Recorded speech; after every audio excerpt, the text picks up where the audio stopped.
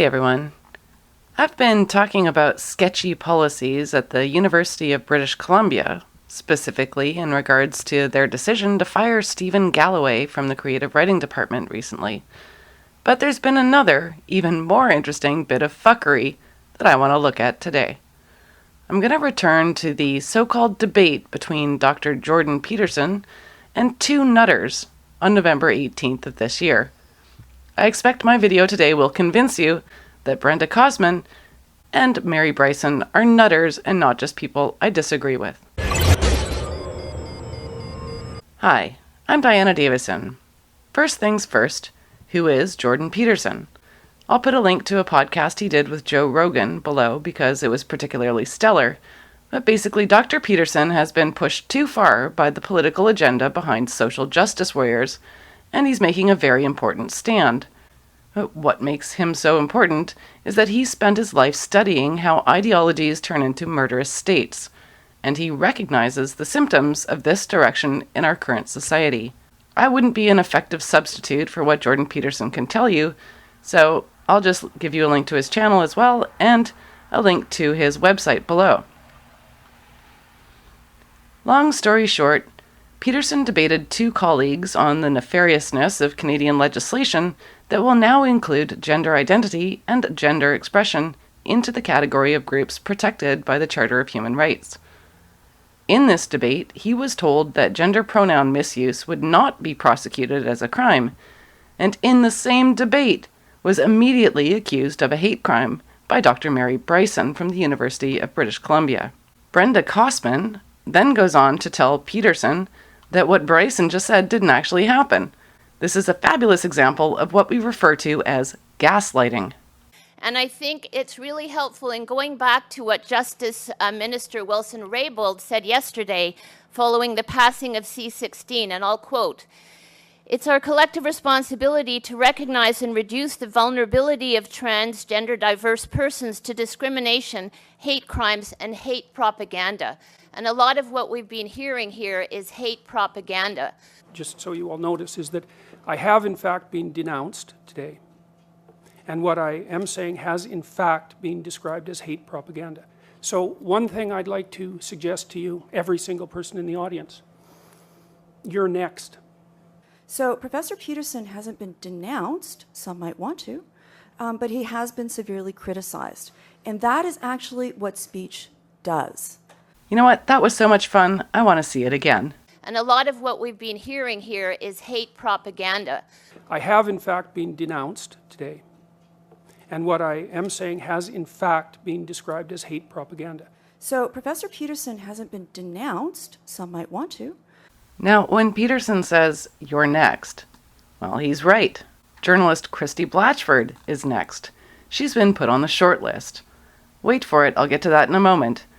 Things are going to get even better. On December 1st, 2016, a petition was posted demanding that UBC come to the assistance of Mary Bryson, the one who denounced Peterson as a criminal.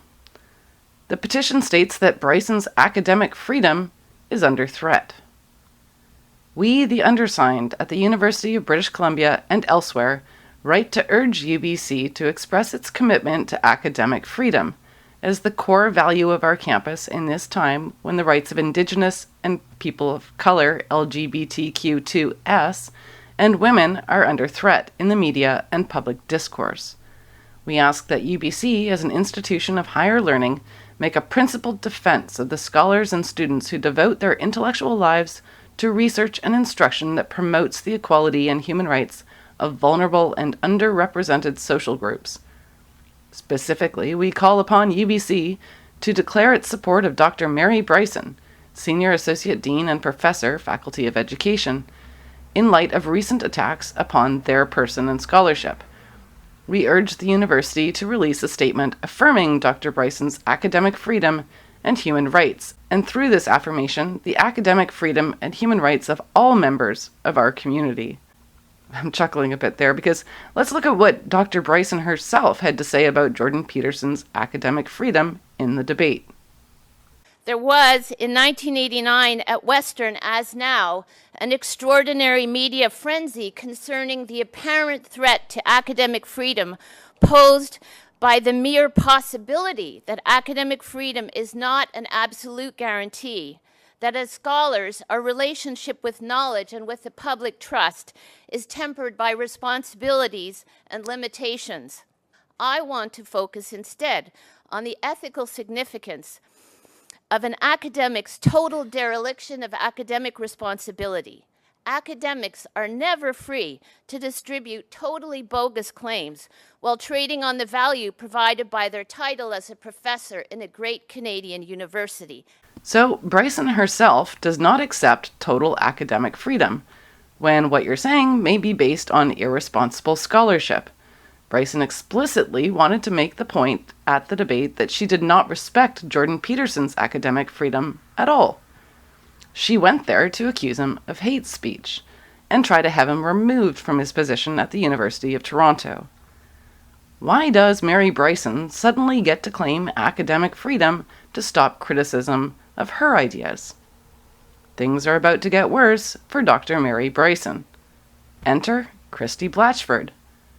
On November 24th, 2016, just after this debate, Blatchford reported that a former student of Bryson's was accusing her of bullying and harassment in Bryson's social justice courses at UBC. She writes, "Among the pornography Bryson showed," the woman says, "was Butch Femme in Paradise, a short video that contains graphic fisting.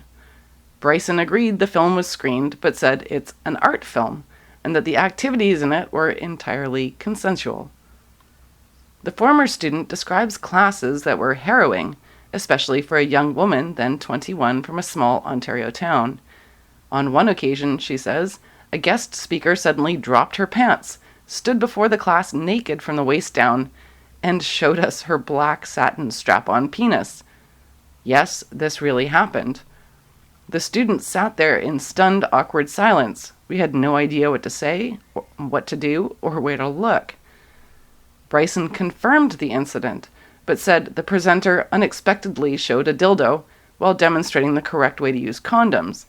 Dr. Bryson had no advanced knowledge the presenter would do that, her lawyer says, and intervened as quickly as possible to stop the demonstration. So Bryson is experimenting with pornography, showing it to her students as art films, and also stands accused, among other things, of forcing her students to state their sexual preferences in class.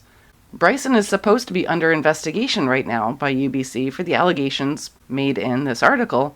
Unlike Stephen Galloway, Bryson has not been suspended pending the outcome. This is extremely odd since Bryson has acknowledged some of the offenses actually took place, and the allegations involve sexual harassment based on sexual orientation, kind of Bryson's specialty. Why hasn't UBC suspended Bryson until they conclude their investigation? Will they fire her? The allegations are already partly substantiated by Bryson herself. Why hasn't UBC announced to the press that Bryson is under investigation for quote-unquote serious allegations? That is the standard that they are currently defending in Galloway's grievance with them.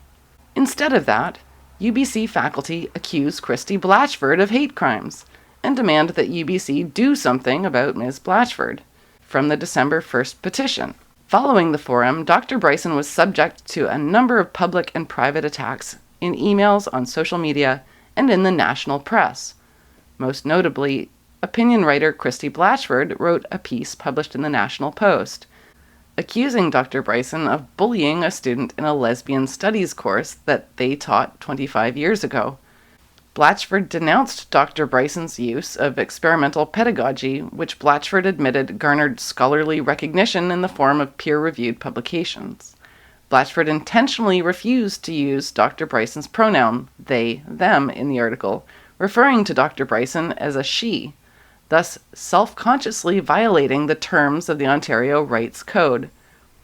The extent of expressed hate in the National Post article comments section provides extensive evidence of the efficacy of incitement of hate towards LGBT people. Now, they're probably partly referring to an earlier article that Blatchford wrote in which she says, Bryson's official profile on the UBC site uses the pronoun they to refer to her, as in, throughout Mary's 27 years at UBC, they have served in many senior administrative roles. I take it from this that they is her preferred pronoun, but I decline to use it. The petition links to the later article about Ms. Bryson's offensive behavior because they claim Christe Blatchford is guilty of inciting hate. Very strong words because that's potentially an indictable offense. They use the comments section of her article as proof that she incited hatred, from an article in The Varsity. Bryson also described a large number of aggressive and hateful comments regarding subject matters of violent transphobia, homophobia, and misogyny, posted on the live stream of the forum's social media and on an opinion article written by National Post journalist Christe Blatchford. The article criticized Bryson for their role in the forum and made claims regarding events that allegedly took place in Bryson's classroom 25 years ago. I was able to contact Christe Blatchford to ask her if she'd been informed that the UBC faculty were accusing her of a hate crime, and she said that neither she nor her employer had been made aware of the accusation. The Varsity reports UBC's response to the petition. Dr. Angela Reddish, the provost of the university, has since released a statement expressing UBC's support for Bryson, given the National Post article and the hate that Bryson has received. The goals of Bill C-16 include to extend protection under hate propaganda to any section of the public that is distinguished by gender identity or expression.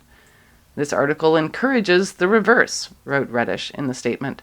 She notes that the university aims to vigorously defend academic freedom and the right of its faculty members to engage in discourse, especially without being attacked for doing so.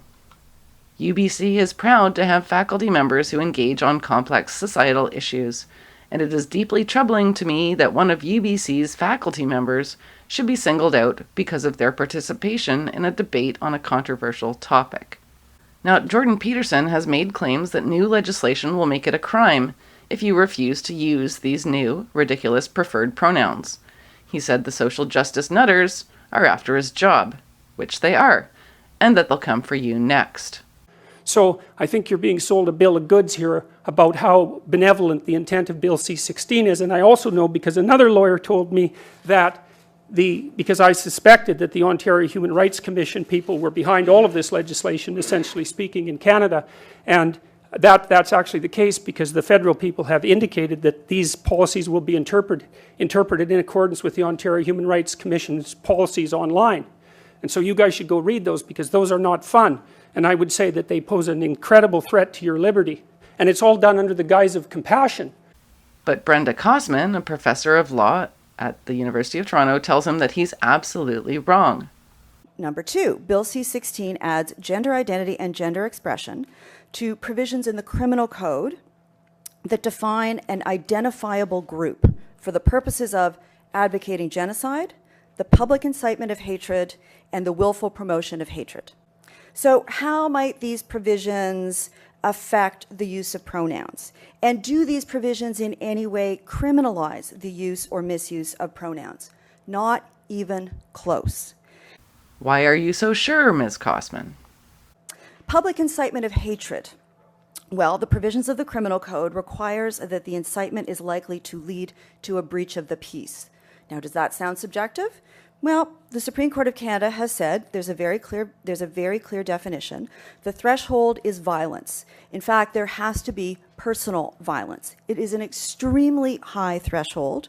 And again, the misuse of pronouns doesn't come anywhere close. Well, breach of the peace is actually a pretty broad description. People getting angry on Twitter disturbs the peace. And what do students think that violence means? Let's have a look. Yes, to today's students, words are violence. And we can see from UBC's response that Kosman was wrong. Christe Blatchford was next. She's been publicly accused of a hate crime. I might end up on the list myself merely for telling you about this and for continuing to call Mary Bryson she. There's a lot more I want to say about Brenda Kosman and Mary Bryson, but I'm going to end today's video with a look at Mary Bryson's academic quality, because she was so adamant that academic freedom requires responsible use of your position. So let's take a look at how consequential and studied ignorance works in relation to gender. Now, Mary Bryson had a video on YouTube, which has since been removed. It was called Not Gay as in Happy, but Queer as in Fuck You. Now, here's a Google search screenshot to show you that the actual video existed, but it's no longer available. If you look, you won't find it. This video was removed in the last week. I wish I'd downloaded it earlier. And if you'd had a chance to watch it, you'd see that about a quarter of the over 5-minute video was Mary Bryson laughing maniacally on camera. About a quarter of it, just her, laughing maniacally. This is hardly the stuff of academic scholarship. For those people who feel compelled to attack Mary Bryson online, I suggest that you do so based on the substance of her arguments, not on how she presents herself physically. I believe that she's spreading misinformation and harming people through the courses that she teaches and through some of her publications, but she is a person who's endured great hardship. Bryson had what she refers to as top surgery after being diagnosed with breast cancer. She seems to have allowed the trauma of that ordeal to corrupt the integrity of her academic opinions on the issues of trans people. I don't hate Dr. Mary Bryson. I am very worried about her. I'm not just worried about her own mental health, but the mental health of her students as well.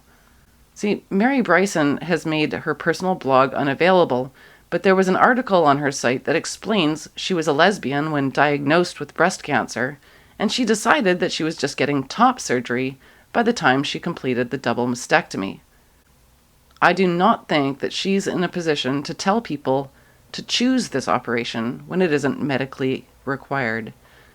I'm glad she found a way to deal with the trauma, but her opinions are too based in trauma to be considered academic. I believe that Bryson reframed her forced double mastectomy as a choice to cope with psychological trauma. I wish her good health in the future, but I ask her to stop making other people ill by spreading misinformation.